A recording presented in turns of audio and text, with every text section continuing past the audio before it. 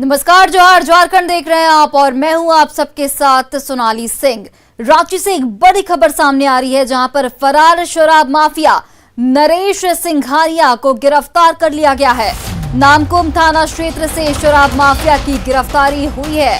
2017 में जहरीली शराब से 22 लोगों की मौत हुई थी। नामकुम थाने में आरोपी के खिलाफ दर्ज थे 4 मामले। जैप के जवान भी जहरीली शराब के शिकार हुए थे। तो देखिए, रांची से एक बड़ी खबर सामने आ रही है जहां पर फरार शराब माफिया सिंघानिया नरेश सिंघानिया को पुलिस ने गिरफ्तार कर लिया है। नामकुम थाना क्षेत्र से शराब माफिया की गिरफ्तारी की गई है। 2017 में जहरीली शराब से 22 लोगों की मौत हुई थी। नामकुम थाने में आरोपी के खिलाफ 4 मामले दर्ज थे। जैप के जवान भी जहरीली शराब के शिकार हुए थे। तो देखिए, एक बड़ी खबर हम आपको एक्सक्लूसिव तस्वीरें भी दिखा रहे हैं। गिरफ्तार शराब माफिया की किस तरीके से फरार चल रहा था वो, और 2017 में जहरीली शराब पीने से करीब 22 लोगों की मौत हुई थी और इस मामले में वो फरार चल रहा था और फिलहाल पुलिस ने उसे गिरफ्तार कर लिया है। गिरफ्तारी इनके भाई की पहले ही हो चुकी है। उसके बाद ये महत्वपूर्ण गिरफ्तारी मानी जाती थी, चूँकि इनके विरुद्ध में काफ़ी एविडेंस पहले भी मिल चुका था। ये फरार चल रहे थे, अभी इस एरिया को छोड़ चुके थे, लेकिन जैसे ये कोरोना इफेक्ट हुआ और ये लॉकडाउन का ये सरकार के द्वारा जो लगाया जो गया है, उसमें ये घर में आके छिप के रह रहे थे और अपना वेशभूषा भी बदल दिए हुए थे, जिसकी वजह से लोकल लोग आइडेंटिफाई नहीं कर पाए थे। लेकिन पुलिस का और कानून का हाथ लंबा होता है। जैसे ये सूचना सीनियर एसपी महोदय को गई है और फिर हमको जानकारी मिली, तो फिर हम लोगों ने अपने अफसर को कैमोफ्लाई में भेजकर इनको गिरफ्तार करने में हमको सफलता मिली। और धनबाद कोचिंग यार्ड में एक बड़ा हादसा टल गया। धनबाद स्टेशन के पास कोचिंग यार्ड्स में 6 कोच खड़े थे जो अचानक पुरानी बाजार की ओर जाने लगे, जिसे देखकर इलाके में हड़कंप मच गया। गनीमत रही कि कुछ दूर जाने के बाद 2 बोगी बेपटरी हो गई, जिससे बाकी सभी कोच रुक गए। रेलवे ने पूरे मामले की जांच के लिए 3 सदस्यीय कमेटी का गठन किया है। दुकान तो देखिए कि किस तरफ से आ रहा लोहा करके क्या आ रहा था? Train bogie. तो पब्लिक में हड़कंप मच गई क्या? हड़कंप तो मच गया। फिर उसके बाद क्या हुआ? सब इधर उधर भागने लगा जी। उसके बाद उधर से लोहड़ने के बाद यहीं पे आके ब्रेक मारा, रुक गया, मतलब ऑटोमेटिक रुक गए यहाँ पे। बोकारो पुलिस ने 7 यूरेनियम तस्करों को गिरफ्तार किया है, जिसके पास से 6 किलो 300 ग्राम यूरेनियम बरामद किया गया। चास के बापी चंद दत्त 1 ग्राम यूरेनियम लेकर खरीदार की तलाश कर रहे थे। इसी दौरान पुलिस ने उसे धर दबोचा, जिसके बाद उसकी निशानदेही पर चंद्रपुरा से समेत कई इलाकों से 6 और लोगों को गिरफ्तार किया गया। साथ ही जैना मोड़ में छापेमारी कर 900 ग्राम के यूरेनियम के 2 पैकेट बरामद किए गए। वहीं बालीडीह के राजेंद्र नगर से 4.5 किलो यूरेनियम बरामद हुआ। जब्त यूरेनियम के पैकेट में मेड इन यूएस लिखा हुआ था। हमसे संपर्क नहीं हुआ था सर। संपर्क हुआ था ये हमारे बगल वाला जो अनिल है, उनके माध्यम से संपर्क हुआ था और उन्होंने डायमंड बोल के 30,000 रुपया हमसे ठगी किया था, जो कि हमको शीशा दे दिया था। जब वो शीशा को रिटर्न किया तो मेरा 30,000 रुपया गबन कर गया और उसी का बदले में सर आज इस गाड़ी में बैठे हुए आप लोग का सक्षम यूरेनियम था क्या था ना, वो बाद में सर वही तो। पलामू के मनातू प्रखंड में पोस्टेड बीडीओ नित्यानंद दास ने से नक्सली संगठन टीएसपीसी ने लेवी की मांग की है। इस घटना से बीडीओ भयभीत हैं और प्रशासन से सुरक्षा की मांग की है। जानकारी के अनुसार एक अनजान नंबर से कॉल कर लेवी की मांग की गई है। फोन करने वाले ने खुद को एरिया कमांडर नगीना बताया। आपको बता दें कि बीडीओ ने अभी 15 दिन पहले ही पदभार संभाला है और अभी ट्रेनिंग में है। इधर बीडीओ को अभी तक पुलिस की सुरक्षा नहीं मिल सकी है। मिली जानकारी के अनुसार लॉकडाउन में नक्सलियों की आर्थिक स्थिति चरमरा गई है, जिससे संगठन का खर्च उठाने में उन्हें परेशानी हो रही है और यही वजह है कि नक्सली प्रशासनिक अधिकारियों से भी लेवी की मांग कर रहे हैं। और रांची से एक बड़ी खबर सामने आ रही है जहां पर रूपा तिर्की मामले में झारखंड हाईकोर्ट में हस्तक्षेप याचिका दायर की गई है। पंकज मिश्रा पर गंभीर आरोप लगाए गए हैं। सीएम के विधायक प्रतिनिधि हैं पंकज मिश्रा। पंकज मिश्रा को बताया गया सत्ताधारी दल का एक प्रभावशाली व्यक्ति। पंकज मिश्रा की संपत्ति को सीबीआई और ईडी से जांच कराने की मांग भी की गई है।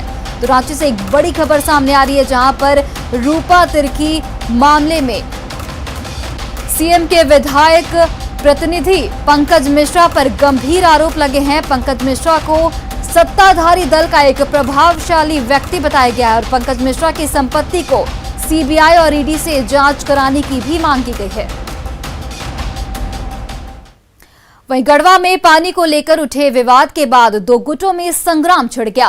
कुदाल, टांगी और पत्थर से वार पलटवार किया जाने लगा और इस दो तरफा संग्राम ने देखते ही देखते खूनी रंग इख्तियार कर लिया, जिसमें एक की मौत हो गई, वहीं 12 लोग घायल बताए जा रहे हैं। पानी को लेकर महासंग्राम, अरे दादा रे दादा, कुदाल, टांगी और पत्थर से वार, जिंदगी पर भारी पड़ा घमासान।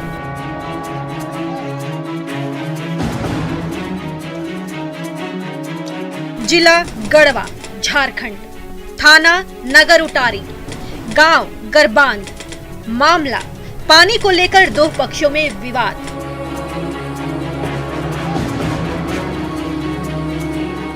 तस्वीरों में दिख रहे इन लोगों पर खून सवार है, जो इस बुजुर्ग के खून के प्यासे हो गए हैं। बड़ी बेरहमी से कुदाल, लात और ईंट से वार पर वार किए जा रहे हैं। ये पहला ईंट, ये दूसरा ईंट और फिर ईंटों की बौछार होने लगती है। खून से सना ये बुजुर्ग रहम की भीख मांग रहा है, लेकिन ये शैतान रुकने का नाम नहीं ले रहे हैं और तब तक मारते हैं जब तक इसकी सांसें न रुकी। मिली जानकारी के मुताबिक सोलर टंकी से निकलने वाले पानी को लेकर विवाद था। मनोज कुजूर और उसके परिवार वालों ने नाली को बंद कर दिया था, जिससे ये पानी मुखिया सोहन उरांव के घर में जाने लगा था। इसी विवाद ने खूनी रूप ले लिया और दोनों ओर से कुदाल, टांगी और पत्थर से एक दूसरे पर वार किया जाने लगा। इस हमले में मुख्य आरोपियों में लक्ष्मण महावीर, सुनील, रितेश, कृष्ण, अरुण शामिल हैं। जैसे जल है, जल मीनार है, जल मीनार को लेकर मेरे पिताजी बोले कि पानी जाने का रास्ता छोड़ दीजिए। नली पहले से पानी था तो उन लोग मट्टी भर रहा था, इसी में बोले कि नहीं तुम लोग बड़का बन रहे हो, पानी इधर कहाँ जाएगा, ऐसे से बोल के लोग डायरेक्ट मारपीट करने लगा। इधर दक्षिण साइड में रोड है और उत्तर साइड में नदी था, हम लोग का खेत में उसे जाता था। इस खूनी खेल में कुल 12 लोग घायल हुए हैं। सभी घायलों का इलाज अनुमंडलीय अस्पताल में चल रहा है। मृतक का नाम महावीर उरांव है। वहीं एक घायल को बेहतर इलाज के लिए सदर अस्पताल रेफर कर दिया गया है। एसडीपीओ ने बताया कि पानी के विवाद में मुखिया और उसके चाचा के बीच मारपीट की घटना हुई है, जिसमें कई लोग अभी घायल हैं। पूरे मामले की जांच में पुलिस जुट गई है। इधर मुख्यमंत्री हेमंत सोरेन ने भी संज्ञान लेते हुए डीसी को जांच और दोषियों पर कड़ी कार्रवाई के आदेश दिए हैं। पानी के बहाने को लेकर विवाद हुआ था, जिसमें दोनों पक्ष में मारपीट हुई है। मारपीट में दोनों पक्ष के ओर से लोग घायल हुए हैं और जिनका इलाज अभी नगर अनुमंडल अस्पताल में किया जा रहा है। साथ ही उसमें मारपीट के क्रम में एक व्यक्ति की मृत्यु भी हो गई है, जिसका नाम महावीर उरांव है। इस पर पुलिस आगे की प्रक्रिया कर रही है। प्राथमिकी दर्ज करने की कार्रवाई की जा रही है। पानी को लेकर उपजे विवाद में आज जिंदगी की कीमत बहुत सस्ती मालूम पड़ रही है। ये वारदात सबूत है इस बात का कि गुस्से के आगोश में आकर जिंदगी महफूज नहीं रह सकती है।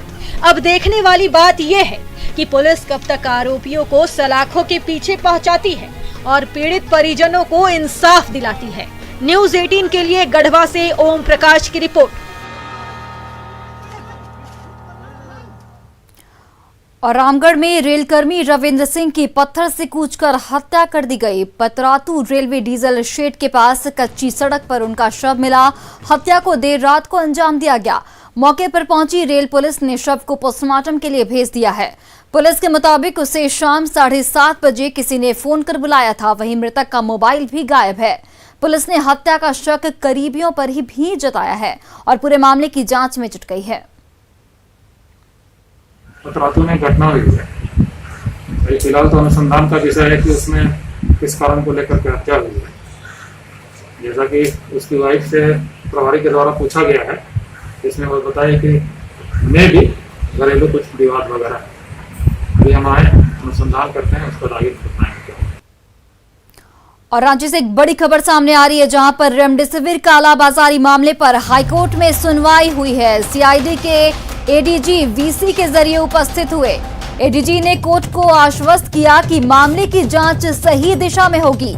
एडीजी ने कहा कि एक अधिकारी ने जुगाड़ से रेमडेसिविर उपलब्ध कराया, इसकी जांच हुई। हाईकोर्ट किसी को छोड़ा नहीं जाएगा, सभी लिंक की जांच जारी होगी। ये एडीजी की तरफ से बयान सामने आया है। हाईकोर्ट ने यह भी पूछा कि आपको डर लग रहा है क्या जांच प्रभावित की जा रही है। एडीजी का जवाब था कि प्रोफेशनल तरीके से जांच हो रही है, सभी बिंदुओं को कोर्ट के समक्ष लाएंगे। एडीजी मामले की अगली सुनवाई 17 जून को होगी। सुनील फाल्टा सीआईडी जो है एडीजी सीआईडी वो आए थे, उनसे सरकार ने जानना चाहा था कि केस का जो इन्वेस्टिगेशन का क्या प्रोग्रेस है। तो उन्होंने सब जानकारी दी है और जो बहुत ही प्रोफेशनल तरीके से इन्वेस्टिगेशन चल रहा है और जितने भी लेयर्स ऑफ कॉन्स्पिरेसी है उस पर तहकीकात चल रहा है और बहुत जल्दी उसका हम लोग नतीजा पहुँचेंगे। हजारीबाग के झुमरा जोहनिया मोड़ के पास दर्दनाक सड़क हादसे में एक व्यक्ति की मौत हो गई। हादसा आर्मी के काफिले में शामिल गाड़ी से हुई। मृतक का नाम प्रकाश कुमार है, जो मेरू का रहने वाला था। वहीं हादसे के बाद बड़ी संख्या में लोग शव के साथ सड़कों पर उतर गए और मुआवजे की मांग को लेकर जमकर हंगामा किया।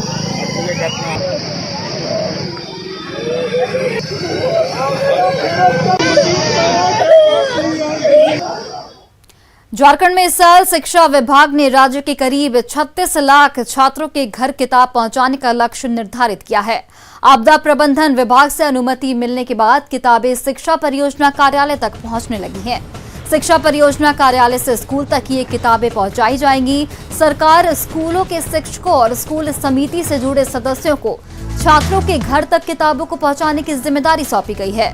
रातू शिक्षा परियोजना कार्यालय में पहुंची इन किताबों के बारे में जानकारी ली न्यूज 18 से हमारे संवाददाता विनाश कुमार ने। झारखंड में सरकारी स्कूलों में पढ़ने वाले बच्चों को निःशुल्क किताब दिया जाना है। इस बार व्यवस्था होम डिलीवरी की गई है और मैं इस वक्त शिक्षा परियोजना परिसर रातू में हूं। आप देख सकते हैं कि जितने आपको अलग अलग जो बोरे नजर आ रहे हैं, इसमें अलग अलग कक्षा के किताबें हैं, सेट बनाए गए हैं। और ऐसा ही एक और बड़ा सा रूम है जिसमें पूरा रूम अगर हम कहें तो सिर्फ और सिर्फ किताबों से ही भरा हुआ है। अब ये किताबें स्कूल तक जाएंगी, स्कूल से शिक्षक बच्चों के घर तक पहुंचाएंगे, ये एक व्यवस्था की गई है। स्कूल तक किताब को भेजेंगे और स्कूल से फिर शिक्षक विद्यालय प्रबंधन समिति के सहयोग से विद्यालय तक बच्चे के घर तक पहुंचाएंगे टीचर। इसके लिए आप और किसी का भी सहयोग ले रहे हैं? जैसे हमारे यहाँ तो जो स्टाफ है तो है सीआरपी हैं, बीआरपी हैं, बीपीओ हैं, अकाउंटेंट है, सारे लोग हैं। नीचे स्तर पर अगर हम कहें, नीचे स्तर पर हम लोग वहाँ के जो मुखिया हैं, वार्ड सदस्य हैं, उन लोग को भी कहेंगे कि इनको हेल्प कीजिए स्कूल के शिक्षक को किताब पहुंचाने में। अगर आपको बता दें कि पूरे राज्य भर में तकरीबन 36 लाख के करीब बच्चों को इस बार होम डिलीवरी पुस्तकें पहुंचाने की तैयारी शिक्षा विभाग के द्वारा की जा रही है। और अब किताबें अगर हम कहें तो प्रखंड स्तर पर पहुंचनी शुरू हो गई है। कई ऐसे प्रखंड भी हैं जहां स्कूलों तक किताबें पहुंच चुकी हैं। बच्चों के घर तक पहुंचाने का सिलसिला अभी शुरू हो रहा है। तो एक अच्छी पहल की गई है, लेकिन इसमें सिर्फ ध्यान यह रखना होगा कि समय पर बच्चों को उनके घर तक ये किताबें पहुंच जाए, क्योंकि कोरोना के इस संक्रमण काल में लॉकडाउन की वजह से ऑनलाइन की जो शिक्षा है वो संभवतः गरीब जो बच्चे हैं उनके लिए लाभकारी नहीं हो सका। और अब जब उनके हाथों में किताबें होंगी तो वो बेहतर तरीके से शिक्षा ग्रहण कर सकेंगे। कैमरा पर्सन संजीव के साथ अविनाश कुमार, न्यूज 18 रांची। झारखंड में इस बार सरकारी स्कूलों में पढ़ने वाले बच्चों को किताबें होम डिलीवरी की जा रही हैं। शिक्षा विभाग ने इसको लेकर तैयारी शुरू कर दी है। पर इस बीच सरकारी शिक्षा व्यवस्था की पोल खुलती हुई भी नजर आ रही है। जो किताबें प्रखंड मुख्यालय या स्कूल या छात्रों के घर पर होनी चाहिए, वो रातू प्रखंड मुख्यालय में बिखरी पड़ी है। रातू प्रखंड मुख्यालय परिसर में पुस्तकों का क्या हाल है, ये बता रहे न्यूज 18 से हमारे संवाददाता अविनाश कुमार। बच्चों को होम डिलीवरी के तहत किताबें मुहैया कराई जा रही हैं। विभाग ने तैयारी शुरू कर दी है, सरकार लगातार इसकी ढोल भी पीट रही है। लेकिन हम जिस जगह पर खड़े हैं ये रातू ब्लॉक परिसर है और एक सरकारी स्कूल के कैंपस में है। अब जो तस्वीरें हम आपको दिखा रहे हैं ये वही किताबें हैं या उन्हीं किताबों की पैकेट की बात कर लें जो स्कूल तक पहुंचना है और स्कूल के बाद बच्चों के घरों तक पहुंचाया जाना है। हर एक किताब के ऊपर जो लिखा हुआ है, विषय की बात करें, यहाँ गणित लिखा हुआ है, कक्षा 8 लिखा हुआ है। यहाँ अगर आप देखें तो कक्षा 1 लिखा हुआ है, Wilson print city private limited, Ahmedabad Gujarat लिखा हुआ है, यानी वहां से प्रिंट होकर आ रही है। और अलग अलग पैकेट पर अगर आप देखें कक्षा 8 हिंदी यहाँ लिखा हुआ है। लेकिन जो अव्यवस्था की जो तस्वीरें अगर हम कहें, इस वक्त जो वैसी किताबें जो बच्चों के लिए जरूरी हैं, जो समय पर पहुंच जाना चाहिए था, वो शायद यहाँ पर कहीं ना कहीं जो अधिकारी हैं उन्हें इस बात का ख्याल रखने की जरूरत थी कि किताबों को कैसे आप सहेज कर रख सकते हैं। लेकिन यहाँ इस पूरे कैंपस के अंदर में इसी तरह से किताबें बिखरी हुई पड़ी हुई हैं। ये बताइए कि ये जो किताबें हैं ये यहाँ इस तरह से तितर बितर क्यों है? नहीं, इसमें से निकाला गया है बुक। जैसे यहाँ पे बहुत सारी तरह का किताब है, 1, 2 या जो भी है, तो उसमें से जो जहाँ पे कमा है वो लोग अपना ऑटो लेकर के आता है। जो बढ़ गई थी एक गाड़ी में आई थी, बीच में लॉकडाउन के कारण ये लोग फंसा हुआ था, तो उसी से इससे उठा करके ले जा करके जहाँ पे जो कमी बेसी है वहाँ पे लोग पहुँचा रहा है अपने से। मान लीजिए बारिश का समय है और अगर इस तरह से किताबें रहेंगी तो ये भीगेगी, बर्बाद। लेके गया अभी लेबर इधर गाड़ी से निकला था तो वो सब आता है तो शाम को इसको सरिया देता है बोरा पे बोरा कर करके। वो ऑटो से जो आएगा उसमें बोरा में फिर भर करके इसको रखेगा कि कहाँ के लिए कितना काउंट है, शाम में सरिया करके अपने से जाता है। ये लिस्ट जो कोई लेकर आता है आप उसके आधार पर देते हैं तो उसमें कम कैसे हो जाता है, हम ये नहीं समझ पा रहे। देखिए पैकेट बना हुआ है, यहाँ लिखा हुआ है क्लास 8, इसमें पैकेट भी होगा, मान लीजिए 10 पैकेट होगा, यहाँ लिखा हुआ 16 सेट। तो 16 सेट के अंदर से अगर कैसे निकल जाता है? 16 सेट में ये लोग जैसे जो गाड़ी वाले से भेजता है छोटी गाड़िया से, तो उसमें ड्राइवर किसी कारण से कोई कम या बेसी लाद लेता है। वहाँ स्कूल में जाने के बाद पता चलता है इन लोगों को कि ना इससे 10 सेट कम गया है, तो ये लोग बाद में माल ला करके डंप किया और उसको भेजा यहाँ से। चलिए ये इनका अपना तर्क है और हो सकता है कि अगर आप जब किताब ले जा रहे हो उस वक्त एक पैकेट कम या ज्यादा इसकी संभावना बनती है। लेकिन सवाल यह है कि जिसकी चर्चा इस वक्त झारखंड के अंदर में हो रही है और यहां से लेकर अगर आप उस कैंपस तक की भी बात कर लें, वहां भी आपको इसी तरह का नजारा दिखेगा जहां किताबों को सही तरीके से नहीं रखा गया है। जो सरकारी स्कूलों में पढ़ने वालों बच्चों के लिए सरकार ने ही तैयार किया है, सरकार ने ही यह वायदा किया है कि होम डिलीवरी के तहत उनके घर तक पहुंचाया जाएगा। क्योंकि इस वक्त लॉकडाउन की वजह से बच्चों को सबसे ज्यादा परेशानी हो रही है जब उनके हाथों में किताबें नहीं है। कैमरा पर्सन संजीव के साथ अविनाश कुमार, न्यूज 18।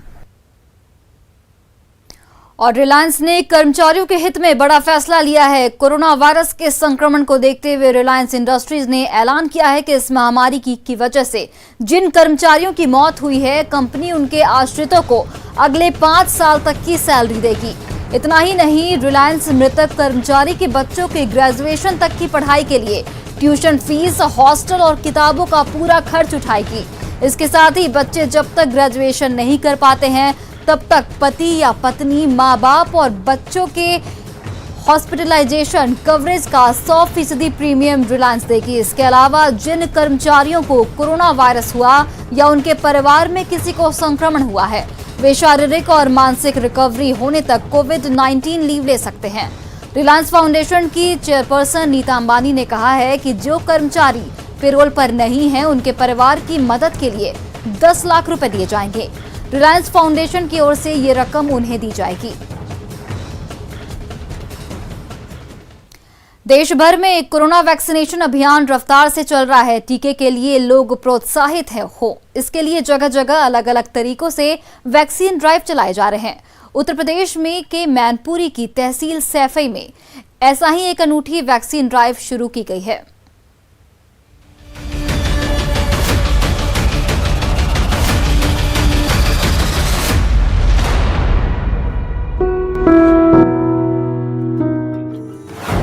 शराब चाहिए तो टीका लगवा कर आइए।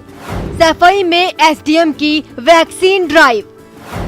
टीके के प्रमाण पर ही शराब बिक्री, क्योंकि टीका है संजीवनी। लगवाया क्या?